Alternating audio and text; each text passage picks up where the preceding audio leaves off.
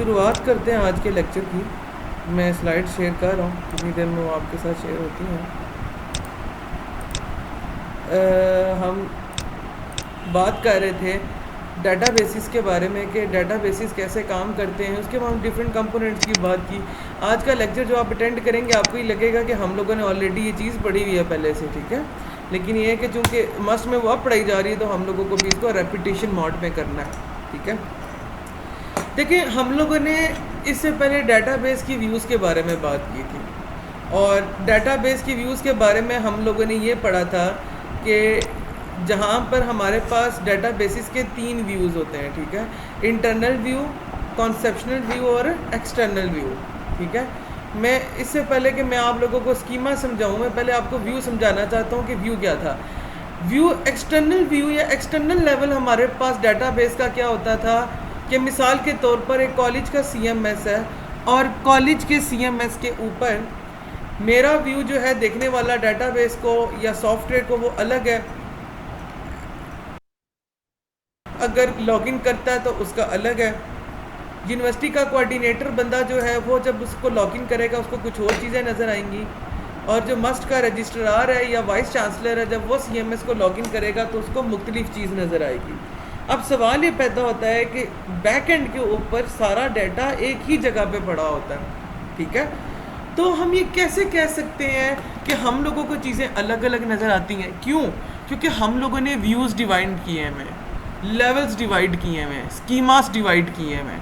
तो मेरा स्कीमा बहुत मुख्तलिफ है उस चीज़ से जो उसामा परवेज़ का स्कीमा है। इसी तरह कोऑर्डिनेटर का स्कीमा बहुत अलग है उस चीज़ से जो रजिस्ट्रार का स्कीमा है। स्कीमा क्या चीज़ होती है? अभी हम उस चीज़ को स्कीमा कहते हैं डाटाबेस की डिस्क्रिप्शन को। वैसे अगर ये डायग्राम आप लोग देखेंगे तो आप लोगों को पता चलेगा कि इसके अंदर 3 स्कीमास यूज़ हुए हैं। अब लेवल भी वही था, व्यू भी वही था, स्कीमा भी वही चीज़ होती है। एक्सटर्नल लेवल, इसका मतलब एक्सटर्नल स्कीमा, एक ऐसा स्कीमा जो लोगों को मुख्तलिफ व्यूज़ दिखाता है, ठीक है। कॉन्सेप्शनल स्कीमा या कॉन्सेप्शनल लेवल या कॉन्सेप्शनल व्यू में क्या करते थे, डाटाबेस को कैसे रिप्रेजेंट करना है हम लोगों ने मेन्यू में रखते हुए इस बंद, ठीक है। और इंटरनल स्कीमा या इंटरनल व्यू ये कहते थे जहाँ पर जाके चीज़ें डाटाबेस के अंदर स्टोर हुआ करती थी, ठीक है। मैं अभी आप लोगों को एक ड्रा करके दिखाता हूँ ताकि आप लोग इस चीज़ को ज़्यादा अच्छे से अंडरस्टैंड करो जो मैं आपको बताने की कोशिश कर रहा हूँ। देखो, डाटाबेस के 3 व्यूज़ होते थे जो आज तक हम लोगों ने पढ़े, ठीक है। एक व्यू होता था जिसको हम लोग एक्सटर्नल व्यू कहते थे, ठीक है, जिसमें हम ये डिफ़ाइन करते थे कि किस व्यू में किस बंदे को क्या चीज़ नज़र आनी है, ठीक है। मिसाल के तौर पर ये एक कंप्यूटर है जो टीचर का है, तो एक मिसाल के तौर पर एक व्यू था टीचर का। ये व्यू नहीं है बेसिकली, ये व्यू 1 है। दूसरा व्यू हो गया स्टूडेंट का, ठीक है। चीज़ अंडरस्टैंड करनी है, इंटरनल लेवल्स, व्यूज़ और स्कीमा ऑलमोस्ट मुख्तलिफ चीज़ें नहीं हैं, सेम चीज़ें हैं, ठीक है, लेकिन ये एक दूसरे के साथ रिलेट होती हैं। आप लोग एक लेक्चर के अंदर डाटाबेस लेवल्स पढ़ चुके हो, एक लेक्चर के अंदर डाटाबेस व्यूज़ पढ़ चुके हो, अब एक लेवल के अंदर एक लेक्चर, आज के लेक्चर के अंदर हम स्कीमा पढ़ रहे हैं। स्कीमा भी बहुत उसी तरह की चीज़ है। और तीसरा है वाइस चांसलर जो मस्ट का, ठीक है। तो इस लेवल को या इस स्कीमा को बेसिकली हम लोग जो है एक्सटर्नल स्कीमा बोलते हैं, ठीक है। मैं यहाँ पर लिख रहा हूँ, that is called external schema. Why? Because it is showing the external level of databases. मैं कर देता हूँ, ये हो गया हमारा एक्सटर्नल स्कीमा, ठीक है। अब अगर वो टीचर का रिकॉर्ड होगा तब भी, अगर वो स्टूडेंट का रिकॉर्ड होगा तब भी, अगर वो वाइस चांसलर के पास रिकॉर्ड होगा वो भी, ये सारे जाके एक टेबल के साथ लिंक होते हैं, ठीक है। इस टेबल के अंदर क्या होता है, लोगों की इंफॉर्मेशन होती है। इसी में इंफॉर्मेशन पड़ी है मेरे पास स्टूडेंट की, इसी में मेरे पास इंफॉर्मेशन पड़ी हुई है टीचर की। स्पेलिंग मिस्टेक निगलेक्ट कीजिएगा प्लीज़, ठीक है। और इसी में इंफॉर्मेशन पड़ी है जो हम लोगों ने वाइस चांसलर को चाहिए, ठीक है। तो आ गया, एक ऐसी जगह आ गई कि ऐसा डाटाबेस आ गया जहाँ पर सारी चीज़ें मेरी इसी बॉक्स के अंदर पड़ी हुई हैं। तो जो टीचर होता है उसको टीचर की इन्फो नज़र आती है खाली यहाँ से, मतलब कि इस जगह से, मेरे माउस पॉइंटर पे ध्यान दीजिएगा, इस पोर्शन से सिर्फ टीचर का डाटा जो है टीचर को दिखाया जाता है, ठीक है। इसी तरह जो स्टूडेंट का सेक्शन होता है, स्टूडेंट को सिर्फ स्टूडेंट की इन्फो दिखाई जाती है, वाइस चांसलर को सिर्फ वाइस चांसलर का डाटा दिखाया जाता है, या ये भी हो सकता है कि टीचर को टीचर का और स्टूडेंट का भी मतलब दिखाया जा रहा हो, और वाइस चांसलर को टीचर और स्टूडेंट दोनों का दिखाया जा रहा हो। सो ये हम लोग जब हम इस लेवल पे आते हैं तो हम ये कहते हैं कि इस लेवल को हम लोग बेसिकली कॉन्सेप्शनल स्कीमा बोलते हैं, ठीक है। ऐसी डिस्क्रिप्शन ऑफ डाटाबेसेस जो डाटाबेस को कॉन्सेप्टली दिखाती है उसको हम लोग कॉन्सेप्शनल स्कीमा बोलते हैं, ठीक है। Last but not the least, ये मैंने जो स्टूडेंट इन्फो लिख रहा हूँ, टीचर इन्फो लिख रहा हूँ, वाइस चांसलर की कोई इन्फो लिख रहा हूँ, ये डाटाबेस के अंदर जाके कहीं ना कहीं सेव तो हो रही है, ठीक है। मिसाल के तौर पर ये मेरी मेमोरी है, ठीक है, और मेरी मेमोरी के अंदर क्या हो रहा है कि ये चीज़ें जाके स्टोर हो रही हैं। स्टोर किस तरह हो रही हैं, 0 1 0 0 0 0 1 1 1 0 0 0 0 0 1 0 0 0 0 1, इस तरह की कोई मेरे पास 0 1 की फॉर्मेट में होगी। So at the level of the database जहाँ पर फाइल स्टोरेज या फाइल को सेव किस तरीके से करना है, बेशक वो 0 1 के फॉर्मेट में हो तो वो फिज़िकल लेवल पे आ जाएगा, और अगर मैं ये बोलूँ कि डेटाबेस इटसेल्फ कैसे सेव करेगा, जैसे अगर नाम है Abdul Basit, roll number 01, session 2015, उसके बाद नेक्स्ट बच्चे का रिकॉर्ड, ठीक है। ये सारी चीज़ें जो हैं जो डाटाबेस में जाके स्टोर होती हैं, हम इस स्कीमा को बेसिकली इंटरनल स्कीमा बोलते हैं, ठीक है। सबको यहाँ तक समझ लगी है? पहले मुझे ये चीज़ क्लियर करो, शाबाश। मैसेज पे जल्दी से बताओ, या मुझे ऑडियो ओपन करके बता दो अपना माइक्रोफोन प्लीज़, थोड़ा जल्दी, ठीक है। उसामा को समझ लगी है, बाकी प्लीज़ जल्दी जल्दी मैसेज करें। अगर आप लोग चाहते हैं कि क्लास जल्दी ख़त्म हो तो जल्दी जल्दी रिस्पॉन्स किया करें प्लीज़। गुड हो गया, ठीक है। तो अभी जो हम लोगों ने पढ़ा है, हम लोग ऐसा करते हैं उसको स्लाइड्स में देखते हैं, और उसके बाद मैं मैपिंग बताऊंगा क्या चीज़ होती है। चले जी, डाटाबेस स्कीमा के बारे में बात करते हैं। The overall the description of a database is called database schema. मिसाल के तौर पर जो व्यूज़ में अंदर मुझे डाटाबेस की डिस्क्रिप्शन नज़र आ रही थी तो मैंने बोला कि that is a database schema, ठीक है। स्कीमा क्या होता है, स्पेसिफाई करता है डाटाबेस के डिज़ाइन को जो मोस्टली चेंज नहीं हो सकता। मिसाल के तौर पर आप स्टूडेंट के पास आप लोगों के लॉगिन्स मौजूद हैं CMS के। आज अगर मैं ये कहूँ कि मस्ट यूनिवर्सिटी वाले आप लोगों का अटेंडेंस मैनेजमेंट सिस्टम ऑन कर देते हैं, यानी आपकी साइड से अटेंडेंस नज़र आना शुरू हो जाए आप लोगों को, तो क्या आपका डाटाबेस चेंज हो जाएगा? नहीं। क्या आपका स्ट्रक्चर चेंज होगा डाटाबेस का, या जो आपको चीज़ें जिस तरीके से नज़र आती हैं वो चीज़ें चेंज होंगी? नहीं, सिर्फ एक फ़ीचर ऐड किया जाएगा।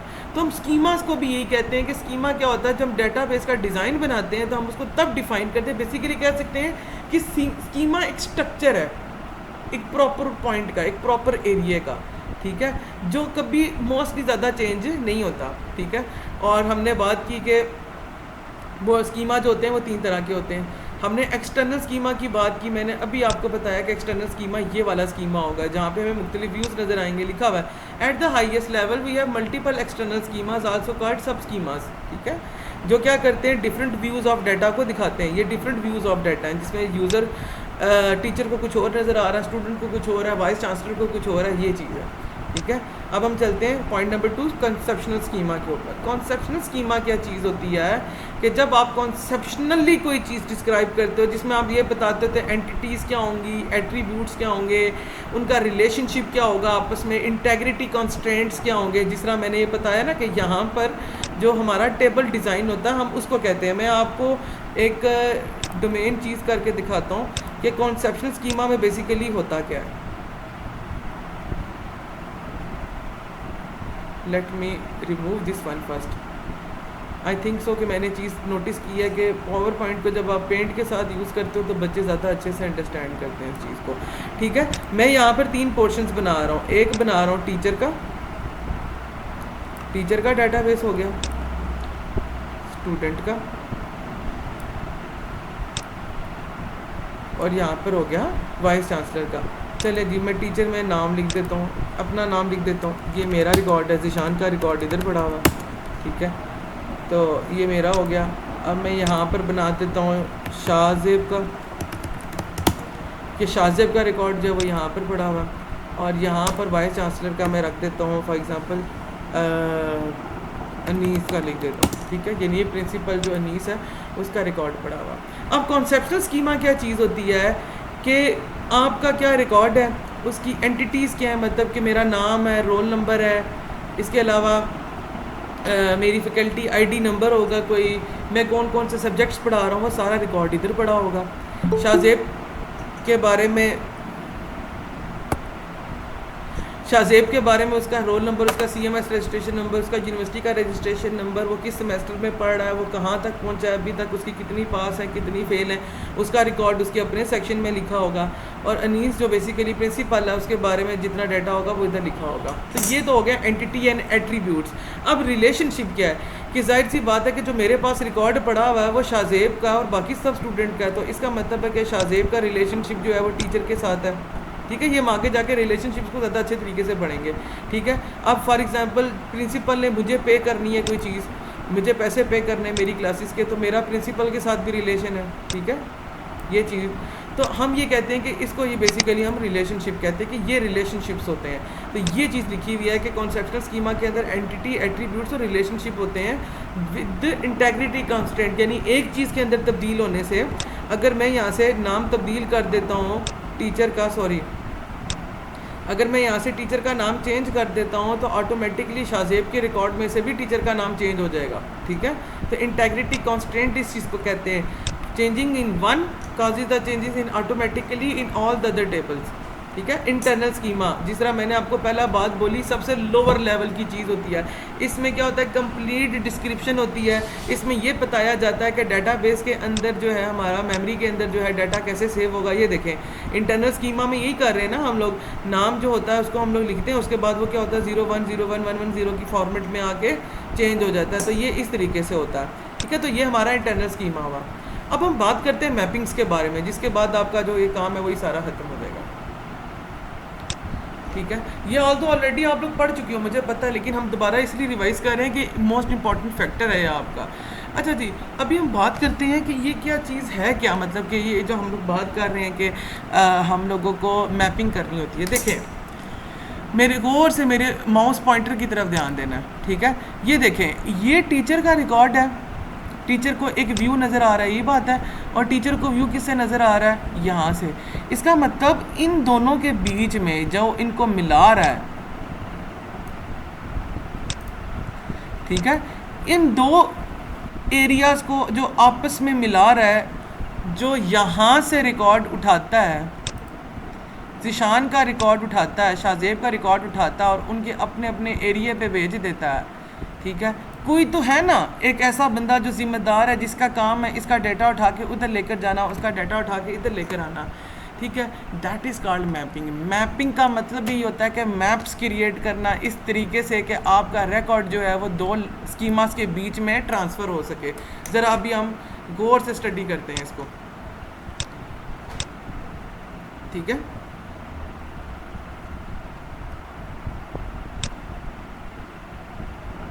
देखिए कॉन्सेप्शनल स्कीमा सबसे पहले क्या कहते हैं, ठीक है। लिखा हुआ है कॉन्सेप्शनल स्कीमा जो होता है वो रेलिवेंट होता है हमेशा, मैपिंग में जो हमारा कॉन्सेप्शनल स्कीमा जो होता है वो हमेशा रेलिवेंट होता है इंटरनल स्कीमा और कॉन्सेप्शनल स्कीमा के बीच में। देखिए ये हमारा कॉन्सेप्शनल स्कीमा था, ठीक है। तो हम इसके बीच में मैपिंग किधर हो रही है, ये देखें ये मैपिंग हो रही है। तो हम इसको क्या बोलेंगे कि एक्सटर्नल लेवल, एक्सटर्नल स्कीमा और कॉन्सेप्शनल स्कीमा के बीच में एक मैपिंग हो रही है, जो क्या कर रही है, एक्सटर्नल स्कीमा को या एक्सटर्नल लेवल को मिला रही है इन कॉन्सेप्शनल स्कीमा या कॉन्सेप्शनल लेवल के साथ। समझ लगी है। इसी तरह एक्सटर्नल स्कीमा में क्या सूरत होती है कि ये देखें हमारा कॉन्सेप्शनल स्कीमा है, ये मेरा इंटरनल स्कीमा है, इनके बीच में भी एक चीज़ होगी कि जो इनको आपस में मिलाएगी, जो इधर से डाटा इधर भेजेगी और इधर से डाटा वापस इधर भेजा करेगी। तो वो जो एरिया है जो ये सारी चीज़ों को हैंडल करता है उसको हम क्या बोलेंगे कि वो कॉन्सेप्शनल लेवल या कॉन्सेप्शनल स्कीमा एंड, यानी जो स्लैश लिखा हुआ एंड इंटरनल लेवल या इंटरनल स्कीमा की मैपिंग है, ठीक है। आई होप सो ये चीज़ आप लोगों को कवर हुई होगी कि ये चीज़ क्या होती है, ठीक है। इसी तरह एक स्कीमा और भी यूज़ होता है जो इंटरनल लेवल और फिजिकल डाटा के बीच में होता है। इंटरनल स्कीमा के अंदर सिर्फ आपके नाम रोल नंबर सेव होते हैं, लेकिन डाटाबेस के अंदर या फिजिकल डाटा ऑर्गेनाइजेशन के अंदर आपका जो मेमोरी होती है वो 0101 की फॉर्मेट में आके चेंज होती है। तो अगर ओवरऑल हम बात करें कि मैपिंग किधर किधर इस्तेमाल होगी, जहाँ दो स्कीमाज आएंगे और आपस में रिलेट कर रहे होंगे। एक स्कीमा किधर आया मेरा एक्सटर्नल और कॉन्सेप्शनल के बीच में, दूसरा एक मैपिंग किधर आई मेरी एक्सटर्नल और कॉन्सेप्शनल के बीच में, दूसरी मैपिंग कब आई मेरी कॉन्सेप्शनल और इंटरनल के बीच में, और तीसरी मैपिंग कब आई जब इंटरनल और डेटाबेस की बारी में थी, ठीक है।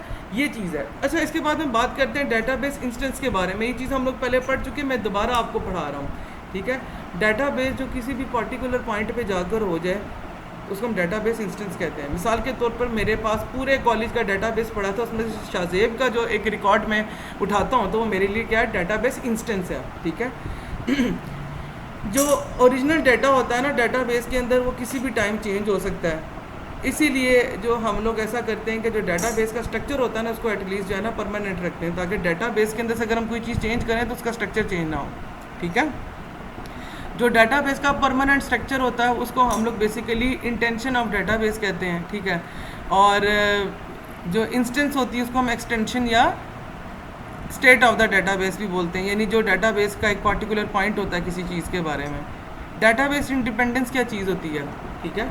हम लोगों ने ऑलरेडी ये बात की कि 3 लेवल आर्किटेक्चर हम लोग पढ़ चुके हैं आंटी स्पार्स का, ठीक है। आंटी स्पार्स के अंदर हम लोगों ने क्या किया था, हमने डिफरेंट मैपिंग्स की थी, उसके अंदर स्कीमास यूज़ हुए थे, उसके अंदर लेवल्स यूज़ हुए थे जो हम पहले पढ़ चुके हैं, जिसका क्या काम था, डाटा को इंडिपेंडेंस प्रोवाइड करना, ठीक है। इंडिपेंडेंस क्या हुई यहाँ पे, देखो इस लेवल का, मेरे माउस पे ध्यान देना, इस लेवल के साथ रिलेशन तो है, लेकिन अगर इधर कोई ख़राबी आ जाती है तो वो कॉन्सेप्शनल स्कीमा के अंदर ख़राबी नहीं आती। इसकी बहुत अच्छी सी मिसाल इस तरह है कि आपके कॉलेज का अगर CMS नहीं चल रहा तो इसका मतलब ये नहीं है कि डाटाबेस ही ख़राब हो गया या रिकॉर्ड ही ख़राब हो गया, नहीं, वो सिर्फ आपका एक्सटर्नल लेवल जो आपको नज़र आ रहा है वहाँ पे कोई ख़राबी है, ठीक है।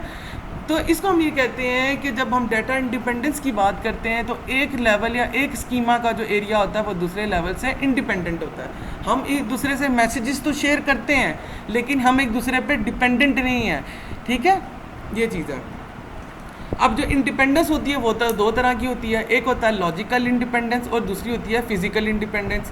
लॉजिकल इंडिपेंडेंस क्या होती है, फिजिकल इंडिपेंडेंस क्या होती है, इंशाल्लाह हम लोग नेक्स्ट लेक्चर के अंदर इसको डिस्कस करेंगे। कल की क्लास के अंदर आप लोगों ने बराए मेहरबानी अपने अपने लैपटॉप्स तैयार रखने हैं और सीक्वेंस वाइज, यानी सबसे पहला नंबर जिसका आता है CMS के ऊपर उसके हिसाब से हम बच्चों की असाइनमेंट चेक करेंगे। बाकी सब बच्चे भी वहीं पे ऑनलाइन होंगे, वो भी चेक करेंगे। वो बच्चा प्रेजेंट करेगा और सिर्फ 2 से 3 मिनट में बताएगा कि उसने क्या क्या किया, क्या क्या फंक्शंस वो परफॉर्म करता है।